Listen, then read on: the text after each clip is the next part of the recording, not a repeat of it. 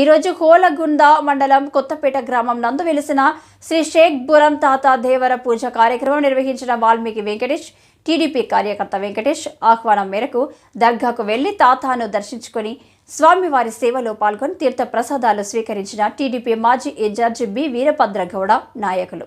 కార్యకర్తలు కొత్తపేట గ్రామ ప్రజలతో మరియు కార్యకర్తలతో కలిసి వారి సమస్యలు అడిగి తెలుసుకున్నారు. రేపు జరగబోయే 2024 ఎన్నికల్లో తెలుగుదేశం పార్టీని మనందరం కలిసి గెలిపించుకోవాలని అన్నారు.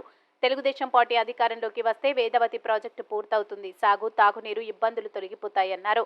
యువతకి ఉపాధి అవకాశాలు పెరుగుతాయి, అభివృద్ధి జరుగుతుందని కొనియాడారు. ఈ కార్యక్రమం అనంతరం తిరుగు ప్రయాణంలో శ్రీ శ్రీ మహాయోగి మంగమాంబ అవధూత వారిని కూడా దర్శించుకోవడం జరిగింది. ఈ కార్యక్రమంలో ఆలూరు టీడీపీ నాయకులు బి వీరభద్రగౌడ మరియు హోలగుంద టీడీపీ మాజీ మండల కన్వీనర్ ఈరన్న గౌడ్, నేరనేనికి మల్లి, వెంకటేష్, నర్సనాయక్, డాక్యనాయక్, శ్రీను నాయక్, అంజిరెడ్డి, కేదర్, సుజిత్, జంబపుర బసవ, మంజు, గోపి, లింగప్ప, ఉచ్చిరప్ప, బైరేష్, సి వీరేష్, టీడీపీ నాయకులు మరియు కార్యకర్తలు, అభిమానులు పాల్గొన్నారు.